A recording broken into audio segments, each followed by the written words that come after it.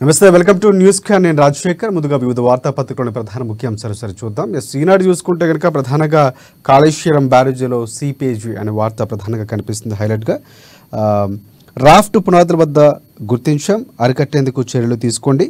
అలాగే సూచించిన న్యాయ కమిషన్ నిపుణుల కమిటీ రేపటి నుంచి జస్టిస్ పిసి ఘోష్ పర్యటనను కూడా వార్త వేసినటువంటి పరిస్థితి. అలాగే మేడిగడ్డలో సిఎస్ఎంఆర్ఎస్ బృందం పరీక్షలు అనే వార్తలు కూడా ఉన్నటువంటి పరిస్థితి. ఇక పక్కనే రేపటి నుంచి ప్రపంచ వరి శిఖరాగ్ర సదస్సు అంటూ కూడా మంత్రి తుమ్మలకు సంబంధించి ఒక వార్త కనిపిస్తుంది. దేశంలో తొలిసారి వేదికగా తెలంగాణ 2 రోజుల పాటు తెలంగాణలో హాజరు కాని 30 దేశాలు అనే వార్త కూడా ప్రధానంగా కనిపిస్తున్నటువంటి పరిస్థితి కనిపిస్తుంది.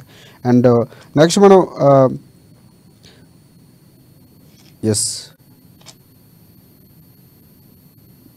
మనం ఆంధ్రజ్యోతి చూద్దాం. ఆంధ్రజ్యోతికి సంబంధించి ప్రధానంగా చూసుకుంటే మోదీ 3వ అనే వార్త కనిపిస్తుంది. ఎన్డీఏ సారథిగా మళ్ళీ ఏకగ్రీవ ఎన్నిక. సిరిసానమామి మరొకసారి నా జీవితంలో ఇంత అద్భుతమైన ప్రజా తీర్పు చూడలేదు, టీడీపీ రాష్ట్ర చరిత్రలో సువర్ణాక్షరాలతో లెక్కించామని టీడీపీ సంబంధించి వార్త కూడా ఉంది. పక్కన అనుసంధానంగా వేచి చూస్తాం, బీజేపీ పాలన వద్దని దేశ ప్రజలు తీర్పు ఇచ్చారు, వారి ఆకాంక్షలు నెరవేర్చడానికి ప్రయత్నం చేస్తామంటూ కూడా చెప్పినటువంటి పరిస్థితి. చిన్న పార్టీలను కూడా ఖర్గే ఆహ్వానించినటువంటి పరిస్థితి కూడా ఉంది. సో ఇటువైపు చూసుకుంటే బీఆర్ఎస్ ఎమ్మెల్యేలు ఆత్మ ప్రబోధానుసారం నడుచుకోండి, బీజేపీతో కేసీఆర్ బేరసారాలు, మీ ఆత్మగౌరవాన్ని తాకట్టు పెట్టి ఓట్లు బదలాయించారని కూడా కొన్ని తీవ్రమైన వ్యాఖ్యలు చేసినటువంటి పరిస్థితి. నోట్ల కట్టలతో దొరికిన దొంగలు విమర్శిస్తే ఎలా అని, అలాగే లాబింగ్ చేయను, మంత్రి ఏ పదవి ఇచ్చినా చేస్తానని అన్నా కూడా కొన్ని వ్యాఖ్యలు చేసినటువంటి పరిస్థితి. ఏ పదవి ఇచ్చినా చేస్తానని రఘునందన్ రావు నోట్ల కట్టలతో దొరికిన దొంగలు విమర్శిస్తే ఎలా అని కూడా కొన్ని వ్యాఖ్యలు చేసినటువంటి పరిస్థితి కనిపిస్తుంది. మోదీ ప్రపంచానికి బ్రేక్, ఎన్డీఏ గెలిచినా తగ్గిన నరేంద్రుడి ప్రభ. ఇక తొలిసారిగా సంకీర్ణంపై ఆధారపడేటువంటి పరిస్థితి వచ్చింది. కేంద్రంలో కాంగ్రెస్ ప్రభుత్వ నేతృత్వంలో పుంజుకున్నటువంటి ఇండియా కూటమి ఎన్నికల ఫలితాలపై అంతర్జాతీయ మీడియా స్పందన అనే వార్త వచ్చింది. తొలకరి పలకరింపు అనే వార్త ఉంది. అలాగే మార్కెట్కు చంద్రకళ, హేమపై సస్పెన్షన్, అలాగే బాలుడిని చంపి పీక్కు తిన్నాయి అని ఒక వార్త. వీధి కుక్కలకు సంబంధించి చాలా విషాదకరమైనటువంటి ఘటన ఇది మియాపూర్లో చోటు చేసుకుంది. డంపింగ్ యార్డ్కి సంబంధించి కాంగ్రెస్ స్థానం 10, అప్పుడు ఇప్పుడు 64 సెగ్మెంట్లోనే ఆధిక్యం. కంటోన్మెంట్ గెలుపుతో 65కు పెరిగినటువంటి బలం.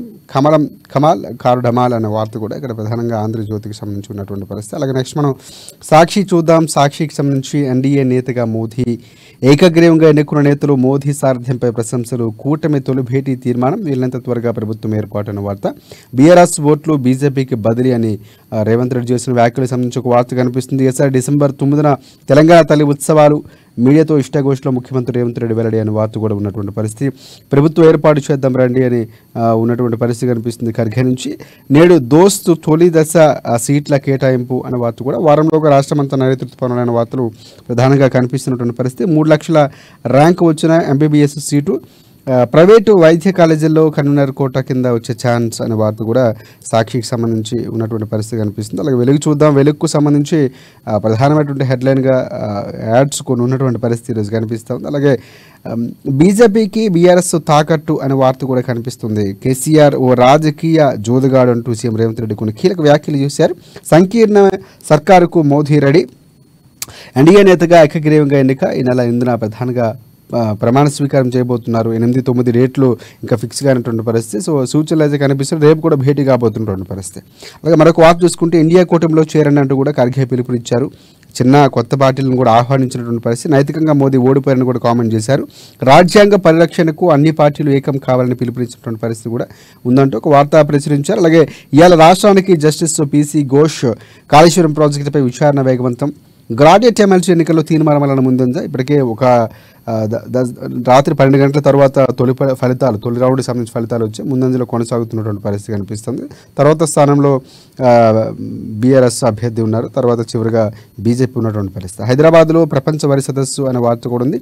కేసీఆర్ కొంప ముంచిన అబద్ధాలు, లోక్సభ ఎన్నికల ప్రచారంలో సర్కారుపై అడ్డగోరు ఆరోపణలు, కాంగ్రెస్ వాళ్ళకు కరువు వచ్చిందని, కరెంటు పోయిందని కామెంట్లు, నీళ్ల మేనేజ్మెంట్ తెస్తానలేదని, పాలన చేత కావట్లేదని విమర్శించారు. ఈ విమర్శలే కొంప ముంచాయంటూ కూడా ప్రధానంగా వెలుగు సంబంధించి వార్త ప్రచురించినటువంటి పరిస్థితి. అలాగే మనం చివరిగా అమ్మా పేపర్ చూద్దాం. అమ్మా పేపర్కు సంబంధించి బీఆర్ఎస్ చేసినటువంటి కుట్ర, అందుకే కాంగ్రెస్ 8 చోట్ల ఓడింది. బీజేపీ గెలుపు కోసం బీఆర్ఎస్ నాయకులు ఎంతో కృషి చేశారు. ఆదిలాబాద్ నుంచి మల్కాజ్గిరి దాకా 7 ఎంపీ స్థానాల్లో బీఆర్ఎస్ డిపాజిట్ కూడా పోయిందని చాలా కీలకమైన వ్యాఖ్యలు. అదే సిద్దిపేటలో హరీష్ కూడా ఇలా బీజేపీకి ఓట్లు వేయించారని కూడా కొన్ని వ్యాఖ్యలు చేశారు. మోదీ వారెంట్ అయిపోయిందని, 100 రోజుల కాంగ్రెస్ పాలనకు ప్రజలు పట్టం కట్టారని, ఇంకో 2 గంటలు అదనంగా పనిచేస్తాం, దేశంలో ఇండియా కూటమి అద్భుత ఫలితాలు మీడియా సమావేశంలో వెల్లడించినటువంటి పరిస్థితి రేవంత్ రెడ్డి సంబంధించి వార్త కనిపిస్తుంది. అలాగే కేంద్ర మంత్రి పదవులు వీరికేనా అనే ఒక వార్త ప్రశ్నార్థకత ఉన్నటువంటి పరిస్థితి. చాలామంది రేసులో ఉన్నారు. సామాజిక సమీకరణాలు ఇవన్నింటిలో కూడా ఒక వార్త విశ్లేషణ చేస్తూ ఒక వార్త ఇక్కడ ప్రచురించడం జరిగింది అమ్మ న్యూస్లో. అలాగే మరొక వార్త 8న మోదీ ప్రమాణ స్వీకారమని, కేంద్ర మంత్రి వర్గంలోకి టీడీపీ అనే ఒక స్పీకర్ సహా 4 కీలక మంత్రి పదవులు అనే వార్త కూడా ముందుగానే ఊహిస్తూ ఇచ్చినటువంటి వార్త కనిపిస్తుంది. పదవులు జాతర అనే వార్త కనిపిస్తుంది. ప్రమాణ స్వీకారాల సంతోషం, అధికారిక ఉత్తర్వులకు రంగం సిద్ధం, ఇప్పటికే 37 మందికి ఖాయం, మరో 17 మందికి దక్కే అవకాశం అని ఒక వార్త ఉంది. తెలంగాణలో జనసేన ఇదే కరెక్ట్ టైం అంటున్న నేతలు. సో ఇక్కడ కూడా రావాలి. బీఆర్ఎస్ గుండుస్తున్న నేపథ్యంలో విస్తరణ వ్యూహం, త్వరలోనే కొండగట్టు అంజనకు జనసేన రాబోతున్నారు. ఏపీ డిప్యూటీ సీఎం లేదా కేంద్ర మంత్రిగా పవన్ కళ్యాణ్ ఏపీ క్యాబినెట్లో కీలకంగా ఉండబోతున్నారంటూ ఊహించినట్టు ఒక వార్త ఉన్నటువంటి సర్క్యులేషన్ అవుతుంది, ట్రెండింగ్లో ఉన్నటువంటి వార్త. ఎస్, ఇది ప్రధానంగా వార్తాపత్రికలో ఉన్న ప్రధాన ముఖ్యాంశాలు. ఎస్, దీనికి సంబంధించి పూర్తి విశ్లేషణ అందించేందుకు ప్రధాన అంశాలు ఉన్నాయి. అంశాలకు సంబంధించి మాట్లాడేందుకు మనతో పాటు ప్రముఖ రాజకీయ విశ్లేషకులు కృష్ణమూర్తి గారు జాయిన్ కాబోతున్నారు. నమస్కారం కృష్ణమూర్తి గారు.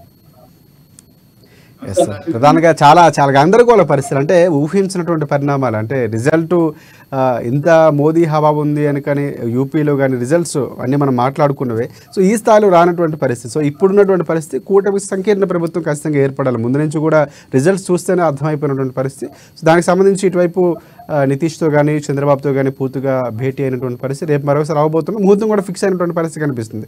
సో ఇక్కడ ఎన్డీఏ కూటమికి సంబంధించి పూర్తి స్థాయిగా ఏ పార్టీలు మద్దతు ఇచ్చే అవకాశాలు ఇంకా ఏమైనా ఉన్నాయా? దానికి సంబంధించి ఏ విధంగా చూడొచ్చు అంటారు?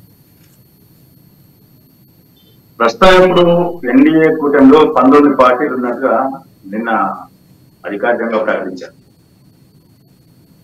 నిన్న కొంతమంది ఇండిపెండెంట్ కానీ లేదంటే చిన్న పార్టీలు, సింగిల్ ఎంపీ ఉన్న పార్టీలు కూడా బీజేపీ నేతృత్వం నరేంద్ర మోడీ కూటమి ఎన్డీఏకు వాళ్ళు మద్దతు చెప్పినట్టుగా కూడా ప్రకటించారు. మొత్తంగా చూసుకుంటే ఇక్కడ బీజేపీ నేతృత్వంలో ఎన్డీఏ కూటమి కావాలి, ప్రధానమంత్రి నరేంద్ర మోడీ కావాలి అని భావించినటువంటి నితీష్ కుమార్ గాని చంద్రబాబు నాయుడు గాని వీళ్ళు ఏకపక్షంగా, అంటే యునానిమస్ గా ఏం చర్చలు పెట్టింది. ఓకే, అంతర్గతంగా చర్చ జరిగి ఉండొచ్చు, కానీ ఇలాంటి చర్చలు విధించకుండా వాళ్ళు నిన్న మద్దతు ఇచ్చారు. యునానిమస్ గా కూడా నరేంద్ర మోడీని ఎన్డీఏ కూటమి నేతగా ఎన్నుకున్నారు. దానికి సంబంధించినటువంటి మొత్తం ఫార్మాలిటీస్ అంతా పూర్తయ్యాయి. ఇక్కడ ప్రమాణ స్వీకారం 8, 9 అయితే 8వ తారీఖు నాడు ప్రమాణ స్వీకారం నరేంద్ర మోడీ చేయబోతుందని చెప్పేసి వాళ్ళు వచ్చాయి. కూటమి సమావేశానికి కన్నా ముందే, కానీ కూటమిలో అభిప్రాయాలు తీసుకున్న తర్వాత కొంత సందిగ్ధత వచ్చిందేమో అనిపిస్తుంది. 8, 9 ఖచ్చితంగా నరేంద్ర మోడీ ప్రధానమంత్రి కావడం అనేది ఖాయం. ఇక్కడ నరేంద్ర మోడీ గడిచిన 10 సంవత్సరాలుగా చేసినటువంటి అండను చూసి ఇటు మొదటి వరకు ఇండియా కూటమి వైపు ఉన్నటువంటి నితీష్ కుమార్ మరోసారి ఎన్డీఏ కూటమి వైపు ఎలక్షన్ కన్నా బిఫోర్ ఎలక్షన్సే వారు వచ్చారు. తర్వాత చంద్రబాబు నాయుడు కూడా ఇక్కడ జగన్ ను బలంగా ఉన్నాడు కాబట్టి ఆయన ఢీకొట్టాలి అంటే చంద్రబాబు నాయుడు క్లియర్ గా ఉన్నటువంటి పరిస్థితి. కానీ ఇటువైపు నితీష్ సంబంధించి గతంలో ఆయన పొత్తు పెట్టుకోవడం, మళ్ళీ వెళ్ళిపోవడం రావడం, కొంతవరకు ఇలాంటి పరిణామాలు కూడా అంచనా వేస్తూ ఎక్కువ మంది కాపాడుకునే అవకాశం కనిపిస్తుంది. అంటే ఎక్కువ మందిని కలుపుకునే అవకాశాలు ఉన్నాయంటారు.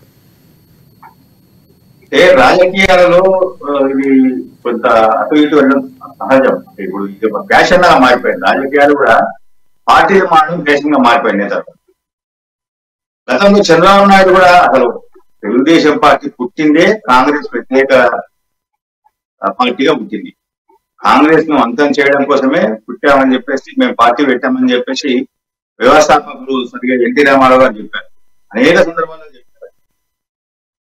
ఆయన నేషనల్ ఫ్రంట్ కూడా నాయకత్వం వహించారు అప్పట్లో. కానీ ఏమైంది, చంద్రబాబు నాయుడు కూడా కాంగ్రెస్ పార్టీతో జతకట్టారు. రాజకీయాల్లో సహజం ఇవన్నీ. అప్పటికి ఉన్నటువంటి పరిస్థితులు, అప్పటికి ఉన్నటువంటి ఆ ప్రజాభిప్రాయం కానీ, లేకపోతే అప్పటికి ఉన్నటువంటి పార్టీల అభిప్రాయం, పార్టీలో నేతల అభిప్రాయం, వీటి ప్రకారంగా వెళ్లే అవకాశం ఉంది.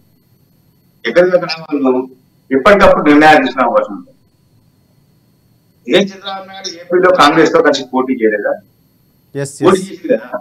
అది అప్పటిన్నటువంటి పరిస్థితి. అంటే ఎప్పటికీ పరిస్థితులు దేశ సమకాలీన పరిస్థితులు, దేశ అవసరాల దృష్ట్యా కొంత మార్పులు తీసుకునే అవకాశం, పార్టీలు కూడా నిర్ణయాలు తీసుకునే అవకాశం.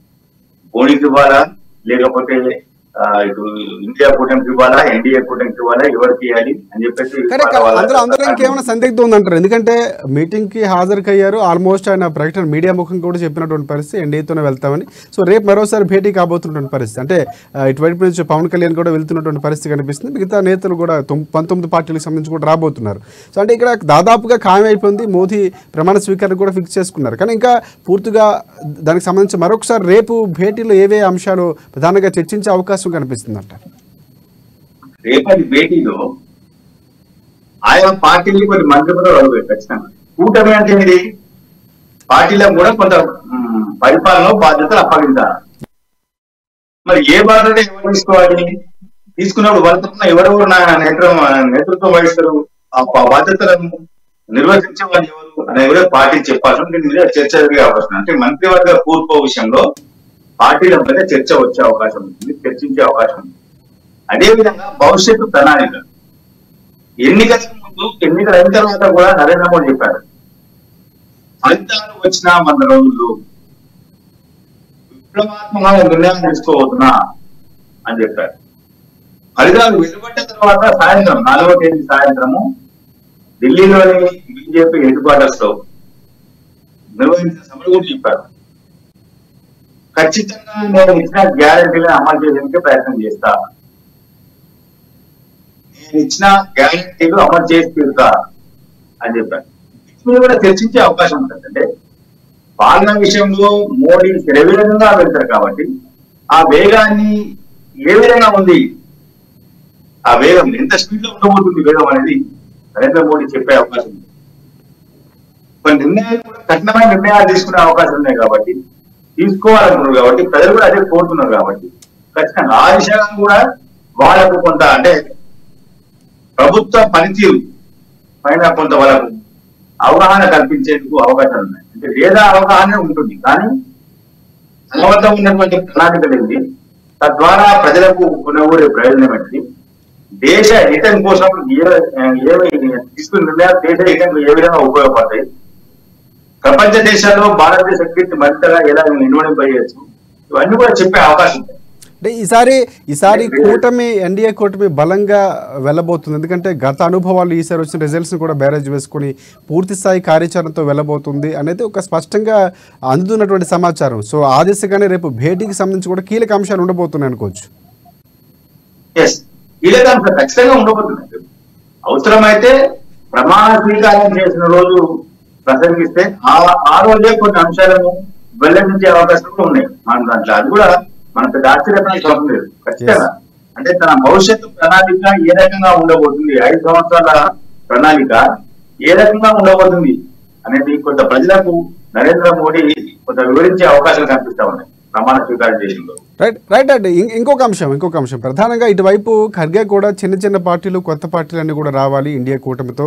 ఇండియా కూటమి మోదీ నైతికంగా ఓడిపోయినట్లే ఉన్నటువంటి రిజల్ట్స్ చూసి చాలా సంతోషంగా ఉంది. క్లియర్ కట్గా కొంతవరకు ఈసారి ఇండియా కూటమి మంత్రాలు పనిచేస్తాయి. రాజ్యాంగం అంశాలు చాలా అంశాలు ఉన్నాయి, అవి మనం గతంలో మొన్న మాట్లాడుకున్నటువంటి పరిస్థితులు కూడా ఉన్నాయి. సో ఏ ఫ్యాక్టర్స్ అని రిజల్ట్స్ అయితే అల్టిమేట్ వచ్చేసింది. సో ఇక్కడ జరుగుతున్న ఇండియా కూటమికి అవకాశాలు ఏమైనా ఉన్నాయంటారు? అంటే ఇప్పుడు ఉన్నటువంటి మిగతా పార్టీలు మినహా ఏమైనా ఆకర్షించే అవకాశాలు, అలాంటి వ్యూహాలతో ఏమైనా ఇండియా కూటమికి ఏమైనా కొంచెం కలిసి వచ్చే అవకాశాలు కనిపిస్తున్నాయంటారా? ఇండియా కూటమి ఫస్ట్ నేత ఎవరైనా ఎన్నుకోవాల్సిన అవసరం ఉంది. ఫస్ట్ ఆ కూటమి నేత ఎవరు ఇంతవరకు సుమారుగా కర్ణాటక ఎన్నికల ఫలితాల తర్వాత కూటమికి బీజం పడింది, కూటమి ఏర్పడింది. కానీ కూటమిని గైడ్ చేసే వాళ్ళు ఎవరు, అది ఇంకా నిర్ణయం కాలేదు. ముందర తేలిన తర్వాత ప్రభుత్వ ఏర్పాటు విషయంలో ఏ రకమైనటువంటి అడుగు వేయబోతుంది ఇండియా కూటమి అనేది తేలబోతుంది.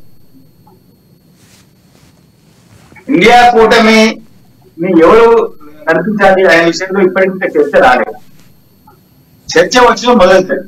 గతంలో బెంగళూరులో జరిగినప్పుడు ఇండియా కూటమి మొదటి సమావేశం బెంగళూరు జరిగినప్పుడు మేము త్వరలో తీసుకుని సెకండ్ సమావేశంలో మాకు లీడర్ ఎవరు మేము చెప్తామన్నారు. ఇప్పటికీ దాదాపుగా ఎన్నికల ముందు కూడా 3 సంవత్సరాలు, ఎన్నికల తర్వాత కూడా 3 సంవత్సరాలు, కానీ ఇంతవరకు కూటమికి లేదా ఎవరైనా ఇంతవరకు రాలేదు. అంటే దాదాపుగా మోదీని ఎదుర్కొనే శక్తి రాహుల్కే ఉందని కాంగ్రెస్ పార్టీ ప్రచారాస్త్రంలో కూడా తీసింది. ప్రధాని మోదీ ఇటువైపు రేవంత్ రెడ్డి కానీ చాలా మంది పూర్తిగా రాహుల్ ప్రధాని చేయాలి ఆ దిశగానే వెళ్తున్నామని చెప్పినటువంటి పరిస్థితి. సో ఏమైనా రాహుల్ మంత్రాన్ని మరొకసారి ప్రయోగించి పార్టీలు ఆకర్షించుకునే ప్రయత్నం ఖర్గే లాంటి నేతలు చేయొచ్చని ఊహించవచ్చు అంటారా? రాహుల్ మంత్రమా, ఖర్గే మంత్రమా, సోనియా మంత్రమా, పవార్ మంత్రమా, మళ్ళీ ఇప్పుడు మమతా మంత్రమా, మంత్రాలు ఉండొచ్చు, అఖిలేష్ మంత్రమా, కానీ తంత్రం మాత్రం మోదీ అంటారు. అది తంత్రం ఆయనే కదా. ఇప్పుడు ఆయన సమర్థవంతంగా తట్టుకునే శక్తి ఎవరికి ఉన్నది వీళ్ళకు. అందుకనే నేను ఏం చెప్పారు కూటమి సమావేశం, ఇప్పటికీ మేము ప్రతిపక్షం కూర్చొని సిద్ధము, ప్రభుత్వాన్ని ప్రతి అంశంలో ప్రశ్నిస్తాము, ప్రజారహిత పాలన చేసేందుకు మేము తీసుకుంటాము, ప్రజా వ్యతిరేక పాలన విషయంలో మోడీ ప్రభుత్వాన్ని నిర్వహిస్తాము, పార్లమెంట్ లో అడిగడుగునా మేము ఆయన పనితీరును ప్రశ్నించేందుకు అవకాశం ఉంటాయి కాబట్టి మేము ప్రతిపక్ష పాత్ర పోషించాలని నిర్ణయించామని చెప్పారు. అంటే వాళ్ళకు వాళ్ళు నిర్ణయించుకున్నారు. అంటే ప్రతిపక్ష పాత్రలో కూడా ఇప్పుడు ఎన్డీఏకు పార్లమెంటరీ పార్టీ ఇండియా కూడా పార్లమెంటరీ పార్టీ నేత ఎవరు అనే విషయంలో కూడా వీళ్ళు ఎన్నికలు ఇంకా అక్కడ ఎన్డీఏ కూటమి ఏర్పాటు అయింది, మోడీని ఏకగ్రీవంగా ఎన్నుకున్నారు, అయిపోయింది. ఇక్కడ మరి ప్రతిపక్ష పాత్ర పోషించాలనుకున్నటువంటి ఇండియా కూటమి, మరి ప్రతిపక్ష పాత్ర కూటమి నేత ఎవరు, పార్లమెంట్ లో కూటమి నేత కావాలి కదా. మళ్ళీ ఎక్కడికైతే ఏం చేస్తారు, ఏ పార్టీకి ఆ పార్టీ వాళ్ళు తీసుకుంటాం. కానీ ఈసారి గతంలో ఉన్నట్టుగా ఉన్న పరిస్థితులు అయితే ఉండవు. కాంగ్రెస్ పార్టీ పుంజుకుంది కాబట్టి ఈసారి పార్లమెంట్ లో గలమెత్తడానికి సభ్యుల సంఖ్య కూడా పెరిగినటువంటి పరిస్థితి, అటువైపు కూడా తగ్గింది కాబట్టి సో 2 బ్యారేజ్ వేసుకుంటే ఈసారి అటువైపు కన్స్ట్రక్టివ్ గా అధికార పార్టీ పనిచేయడానికి అవకాశం ఉంటుంది. కేంద్ర ప్రభుత్వం నెలకొల్పబోతున్నటువంటి ఎన్డీఏ ప్రభుత్వం కానీ ఇటువైపు ఇండియా కూటమి కూడా అదే స్థాయిలో, ఎందుకంటే పూర్తిగా సరైన ప్రత్యర్థి ఉంటేనే ఇక్కడ ఉన్నటువంటి అధికార పక్షం కూడా అదే స్థాయిలో పనిచేస్తుంది. సో ఒక రకంగా ప్రజలకు మంచి జరగడానికి ఎక్కువగా ఇప్పుడున్నటువంటి రాజకీయ పరిస్థితులు కలిసి వస్తాయని కొంతమంది మీలాంటి వాళ్ళు చెప్తున్నటువంటి పరిస్థితి. మీ విశ్లేషణ ఏమంటారు? అంటే ఇప్పుడు మొన్నటి వరకు బుల్డోజ్ చేసిందా ప్రభుత్వం, మోడీ ప్రభుత్వం? ఎన్ని రోజులు పార్లమెంట్ సమర్పణ చేసిన ప్రతిపక్ష పార్టీ సంఖ్యాబలం తక్కువ ఉన్నప్పటికీ బలం ఎక్కువ, మందబలం ఉన్నది. బీజేపీకి మందబలం ఉన్నది, ఎన్డీఏ కూడా మందబలం ఉన్నప్పటికీ కాంగ్రెస్ పార్టీ కానీ ఇండియా కూటమి కానీ విపక్ష పార్టీల కూటమి కానీ తక్కువ ఉన్నప్పటికీ సభ్యుల సంఖ్య తక్కువ ఉన్నప్పటికీ ఇక్కడ బుల్డోజ్ చేసిన ఈ అంశంలో కూడా వాళ్ళు 15 రోజులు, 2 రోజులు ఒక్కోసారి మొత్తం ఒక సెషన్ మొత్తానికి స్తంభింపజేసింది. అయినా ప్రభుత్వం సానుకూలంగా పోయింది, ఎక్కడా వాళ్ళకి బుల్డోజ్ చేయలేదు, వాళ్ళ నెట్టి పార్లమెంట్ లో బయట పడలేదు, ఎవరు పార్లమెంట్ ప్రాంగణంలోకి వచ్చేందుకు మీకు అర్హత లేదని చెప్పలేదు. తెలుసు వాళ్ళు అంటే ఇండియా కూటమి ఈ రకమైన అడ్డంకులు సృష్టించని తెలుసు నరేంద్ర మోడీ. అంటే మీకు 14 సంవత్సరాలు ముఖ్యమంత్రిగా, దాదాపుగా 10 సంవత్సరాలు ప్రధానమంత్రిగా ఉన్న నరేంద్ర మోడీకి ఇండియా కూటమి వ్యూహం ఎలా ఉండబోతుందని వాళ్ళు గ్రహించలేదా? ఖచ్చితంగా ముందు చాలా ఏళ్ళ నుంచి మోడీ రాజకీయాల్లో ఉన్నారు. చాలా ఏళ్ళ నుంచి రాజకీయాలు అంచనాలు కూడా ఖచ్చితంగా ఉంటాయి. ఇంకోటి ఇక్కడ మన తెలంగాణకు అంశానికి వస్తే తెలంగాణకు సంబంధించి కూడా పూర్తిగా రిజల్ట్స్ బీజేపీ ఈసారి నువ్వా నేనా అని కాదు, నీతో పాటు సమానమైన స్థానంలో కూర్చుంది. ఎంఐఎం ఎప్పటిలాగే తన స్థానం తను తీసుకుంది. సో ఇక్కడ బ్యారేజ్ వేసుకుంటే కనుక ఇక్కడ ప్రధానంగా కాంగ్రెస్ పార్టీకి సంబంధించిన నేతలు కానీ సీఎం రేవంత్ రెడ్డి గారిని కొన్ని వ్యాఖ్యలు చేస్తున్నారు. బీఆర్ఎస్ పార్టీ తాకట్టు పెట్టేసింది, 7 స్థానాలు డిపాజిట్ కూడా రాలేదు, పూర్తిగా ఇటువైపు ఓట్లు అట్లు బదలాయించేలాగా కృషి చేసింది అని రేవంత్ రెడ్డి చెప్తున్నటువంటి పరిస్థితి కనిపిస్తుంది. నిజంగా ఆ పరిస్థితులు బీఆర్ఎస్ పార్టీ తాకట్టు పెట్టింది, కవిత సంబంధించిన అరెస్టు విషయంలో ముందు నుంచి చేస్తున్నటువంటి విమర్శలు, అసెంబ్లీ ఎన్నికల్లో కూడా పార్లమెంట్ ఎన్నికల్లో కూడా ఈ అస్త్రాలు చేసింది. సో ఇప్పుడు రిజల్ట్స్ని చూసి కూడా మరొకసారి అదే చెప్తుంది. సో మీరేమంటారు? చెప్పాలంటే రాష్ట్రంలో కాంగ్రెస్ పార్టీ ఫెయిల్ అయింది ఎన్నికలు, ఎవరేమనుకున్నా సమర్థించుకోవచ్చు. కానీ ఆ తప్పుని బీఆర్ఎస్ పార్టీ సపోర్ట్ చేసింది, అందుకే బీజేపీకి ఇన్ని సీట్లు వచ్చాయని చెప్పడం ఏ విధంగా చూడాలంటారు? రేవంత్ రెడ్డి గారు ఏం చెప్పారు, ఈ ఎన్నికలకు నా పాలన రెఫరెండం, నా పాలన పైన ఎన్నికల రెఫరెండం అని చెప్పారు. ముందు నుంచి అదే నినాదంతో ముందు బీజేపీ కన్నా ఒక్క సీట్ ఎక్కువ వస్తే ఖచ్చితంగా రెఫరెండం వేసి నాకు వచ్చిన మెజార్టీ కొంత ప్రజలు నాకు ఉందని చెప్పుకోవచ్చు. మరి దానికి పక్కగా చెప్పాలంటే ఏం చేయాలి? బీఆర్ఎస్ లో బీజేపీ కలిసిపోయిందని చెప్పుకోవాలి. ఓకే, భువనగిరిలో కలిసింది కాంగ్రెస్ పార్టీ. బీఆర్ఎస్ 2 లక్షల పైసలు కోట్లు వచ్చినాయి. నవీన్లో కలిసింది. బీఆర్ఎస్ అంటే ఇప్పుడు అక్కడ కలిసిపోయి ఉంటే వాళ్ళ మెజార్టీ ఎంత వాళ్ళకి వచ్చిన ఓట్లేదు. ఒకవేళ కలిసిపోయి ఉంటే కానీ అసెంబ్లీ ఎన్నికల్లో కూడా అదే రిజల్ట్ వచ్చాయి. ఇప్పుడు ప్రజలేమీ తీర్పు మార్చలేదు. అసెంబ్లీ ఎన్నికల్లో ఏ తీర్పు అయితే బీఆర్ఎస్ కి ఇచ్చారో ఇక్కడ కూడా అవి కనిపిస్తున్నాయి. ఓటింగ్ శాతం పెరిగిందా మీకు? 0.36% వెళ్ళినట్టుంది. ఎస్, అంటే ఇంకోటి గతంలో చూసుకున్నా కూడా మనకి కృష్ణమూర్తి గారు గతంలో చూసుకున్నా కూడా పూర్తి స్థాయిలో ఇక్కడ తెలంగాణ ఓటర్లు బీజేపీకి ఎంపీ ఎన్నికల్లో లోక్సభకు సంబంధించి పట్టం కట్టడం, ఇటువైపు అసెంబ్లీకి సంబంధించి కారు పార్టీకి పట్టం కట్టడం పరిస్థితి కూడా చూసాం మనం. సో ఇక్కడ అలాంటిది ఈ టైంలో పూర్తిగా ఓట్లు పడడం అనేది సహజంగా ఆలోచించాల్సిన అవసరమే. అదే ఇప్పుడు 2018 ఎన్నికల్లో బీజేపీకి ఒకే ఒక సీట్ ఇచ్చారు తెలంగాణ ప్రజలు అసెంబ్లీలో. అదే లోక్సభకు వచ్చే వరకు 4 సీట్లు ఇచ్చారు. మరి ఈ రోజు బీజేపీకి 8 సీట్లు ఇచ్చారు 2023లో జరిగినటువంటి అసెంబ్లీ ఎన్నికల్లో. మరన్నప్పుడు 16 సీట్లు ఇవ్వాలి కదా వాళ్ళకు. అప్పటికి రైతు చూసినా అంటే వాళ్ళ బలం పెరిగిందా తగ్గిందా? బీఆర్ఎస్ ఓటు ఎవరికి పోయింది? ఎవరికి కన్సాలిడేట్ అయింది బీఆర్ఎస్ ఓటు? అంటే లెక్కలు వేసుకుంటే ఒక్కొక్క రకమైనటువంటి మీకు అనుకూలంగా మీరు, నాకు అనుకూలంగా నేను మార్చుకొని చాలా ఉంటాయి అవకాశం. ఎవరికి వాళ్ళ చెప్పుకుని అప్పటికప్పుడు ఇంకొక జిమ్మిక్ లాజిక్ అనిపిస్తుంది. ఆ లాజిక్ మనం మిస్ అవుతాం. ఎప్పటికప్పుడు మనం మిస్ అవుతాం. మన వరకు మనం లాజిక్ అనుకుంటాం, కానీ అది కాదు. ఇక్కడ నుంచి బీఆర్ఎస్ పార్టీకి సంబంధించి పూర్తి స్థాయిలో వైఫల్యం చెందడం ఏ విధంగా చూడొచ్చు అంటారు? అంటే బీజేపీ పార్టీ కేంద్ర ప్రభుత్వానికి లేకపోతే మోదీకి ఇచ్చిన మాట నిలబెట్టుకుంది. కీలకంగా ఇప్పుడు ఈ సీట్లు సాధించడం కూడా ఇప్పుడున్నటువంటి పరిస్థితులు చాలా కీలకం. ఈ 8 సీట్లు కీలకం కాబోతుంది. తెలంగాణకు సంబంధించి ప్రజలు పట్టం కట్టడం అనేది బీజేపీ పార్టీకి సంబంధించి ఇక్కడ ఉన్నటువంటి అధినాయకత్వానికి చాలా ఏమంటారంటే ఒక మంచి రిఫరెండం అని చెప్పుకోవచ్చు, వాళ్ళు ఇచ్చుకున్నటువంటి రిఫరెండం. కానీ ఇక్కడ బీఆర్ఎస్ పార్టీ పూర్తిగా చతికిలు పడిపోయింది. సో భవిష్యత్తు పరిణామాలు బీఆర్ఎస్ పార్టీకి సంబంధించి ఎలా ఉండబోతున్నాయి అంటారు? ఒకటి, కేంద్రంలో ఏర్పడబోయేటువంటి నరేంద్ర మోడీ ప్రభుత్వంలో దక్షిణాది రాష్ట్రాలకు పెద్దపీట వేసే అవకాశం మంత్రివర్గంలో. ఉత్తరాది రాష్ట్రాల మీద ఆశ పెట్టుకుంటే ఏం జరిగిందో తెలిసింది కాబట్టి దక్షిణాది రాష్ట్రాల పైన ప్రధానంగా ఫోకస్ పెట్టబోతుంది బీజేపీ. ఎందుకంటే ఇక్కడ ఈ రాష్ట్రాల్లో ఒక పార్టీకి స్పేస్ ఉంది, స్కోప్ ఉంది అని ఒకటి వాళ్ళు భావించారు కాబట్టి ఖచ్చితంగా. రెండవ అంశం, కేసీఆర్ పరిస్థితి ఏంటి? ఎన్నికలకు ముందు, అసెంబ్లీ ఎన్నికల ముందు అనుకున్నాం, ఎన్నికల తర్వాత కూడా అనుకున్నాం, ఇప్పుడు కూడా అనుకున్నాం అదే విషయం. అసెంబ్లీ ఎన్నికల్లో ఓడిపోతే బీఆర్ఎస్ చెట్టుకే పడిపోయినట్టే, ఇక గట్టెక్కలు అని చెప్పేసి అనుకున్నాం. అసెంబ్లీ ఎన్నికల్లో ఓటమి తర్వాత ఆ పార్టీ పరిస్థితిలో తెలిసిపోయింది. దాదాపు 3-4 ఎమ్మెల్యేలు బయటకు వచ్చారు. ఇక రేపు ఏదైనా మొత్తంగా మూకుమ్మడిగా బయటకు వచ్చే అవకాశం ఉంది. నిన్న రేవంత్ రెడ్డి వ్యాఖ్యలను బట్టి అదే అర్థమవుతుంది. మీ పరుగును బీజేపీ తగ్గ పెట్టారు, మీ ఇష్టమని వాళ్ళకి వ్యతిరేక జారీ చేసి వదిలేసి ఇండైరెక్ట్ గా రండి మీరు అందరు కట్టగట్టుకుని ఉంటున్నారని చెప్పింది.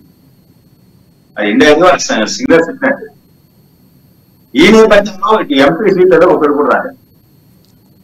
రెండోది, ప్రజాక్షేత్రంలో వెళ్ళాల్సినటువంటి బీఆర్ఎస్ నాయకత్వం ఇంకా ఏసీ గదిలోనే ఉంటుంది. సమస్యల మీద పోరాటం చేస్తామన్నారు. ఎక్కడ పోరాటం చేస్తున్నారు?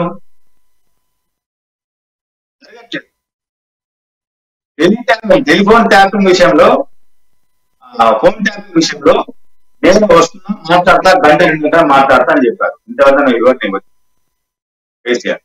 ఇట్లాంటి చాలా ఉన్నాయి. ఇవన్నీ కూడా ప్రజలు అనుమానాలు రేకెత్తిస్తున్నాయి. ప్రజలు క్రమక్రమంగా బీఆర్ఎస్ మర్చిపోయే పరిస్థితి రాబోతుంది. ఇక్కడ ఇంకొక అంశం బీఆర్ఎస్ పార్టీ తీస్తుంది. కానీ కేసీఆర్ ఒక మాట చెప్పారు, ఆ పార్టీకి అది నిజం కాకపోయినా సంకీర్ణ ప్రభుత్వం ఏర్పడబోతుంది కేంద్రంలో, అందులో మా పాత్ర ఉంటుంది అన్నారు. ఆ పాత్ర కాస్త పోయింది, కానీ మొత్తానికి ఆ మాట కొంతవరకు నిజమైందమే. అంటే అది ఏదో ర్యాండమ్గా చెప్పారు అనుకోవచ్చు, కానీ బీఆర్ఎస్ పార్టీ వాళ్ళు అది చెప్పిందే జరిగింది అన్నటువంటి ఏదో సది చెప్పుకునే ప్రయత్నం కూడా చేస్తున్నారు. దాని ఇండియన్ కేసీఆర్ చెప్పినంత మాత్రం సంకీర్ణం వచ్చింది, ఏదో ఆయన ఊహించింది ఆయన ఏదో ఆ వేణు స్వామి లాగా జాతకం అని చెప్పిన నేను లేదు. కాకపోతే ఏంటంటే ఆయన అంటే నేను అంటే 17 ఒకవేళ రేపు ప్రశ్నిస్తే ఎట్లా ఉంటుందంటే కేసీఆర్ ఏ కొన్న చెప్పిందంటే రాష్ట్రంలో ఉన్నాయి 17 స్థానాలు, ఏదో ఉత్తరప్రదేశ్ లాగా ఉన్నట్టుగా 80-70 అట్లా ఉంటే బాగుండేది. ఉంటే కొంత ఆలోచన చేసేవాళ్ళు మొత్తం నేను అయిపోయింది వస్తుంది నేనే ప్రభుత్వం ఏర్పాటు చేస్తా అని చెప్పి చెప్పుకోవచ్చు.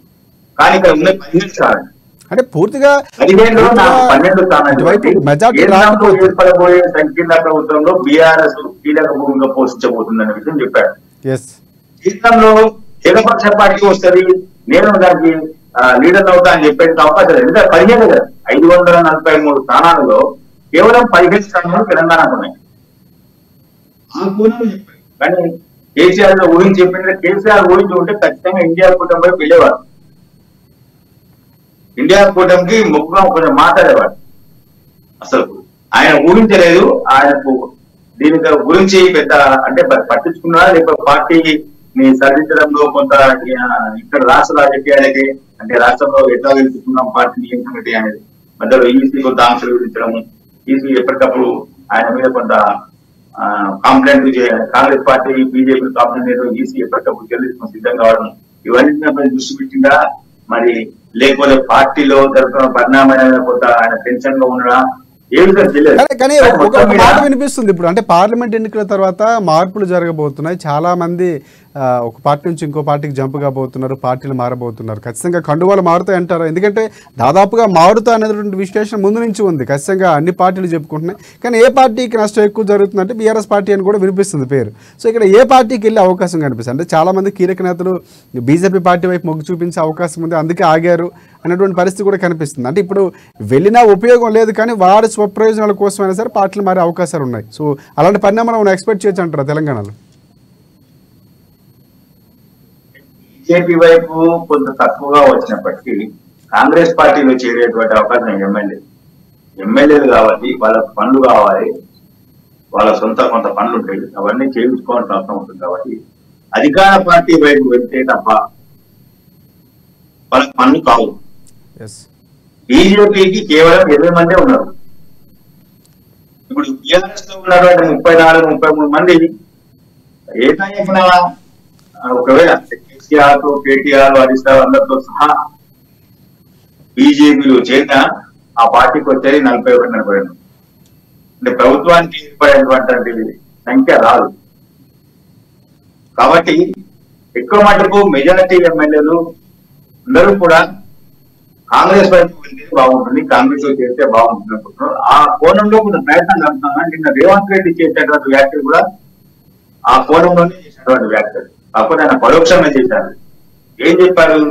బీఆర్ఎస్ ఎమ్మెల్యేల పరువును కేసీఆర్ బీజేపీ దగ్గర తాకట్టు పెట్టారు, మీరే ఆలోచన చేసుకోండి, మీరే ఆత్మ పరిశీలన చేసుకోండి, ఆత్మావలోకనం చేసుకోండి అని చెప్పారు. అంటే ఆ పార్టీలో ఉంటారా మా దగ్గరకు వస్తారా మీరే ఆలోచన చేసుకున్నాము. మేము కేసీఆర్ చేసే పనులకి కవిత కోసం కేసీఆర్ బీజేపీతో అంటకాగని ప్రయత్నం చేస్తా ఉన్నాడు.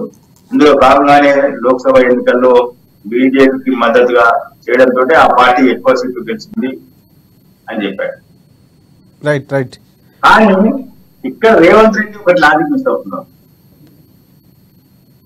మనకు ఎందుకు ఓటింగ్ పర్సెంటేజ్ తగ్గలేదు? 100 రోజుల పాలన మీద ప్రజలు నాకు మద్దతు ఇచ్చారు, రెఫరెండం ఓపెన్నాడు.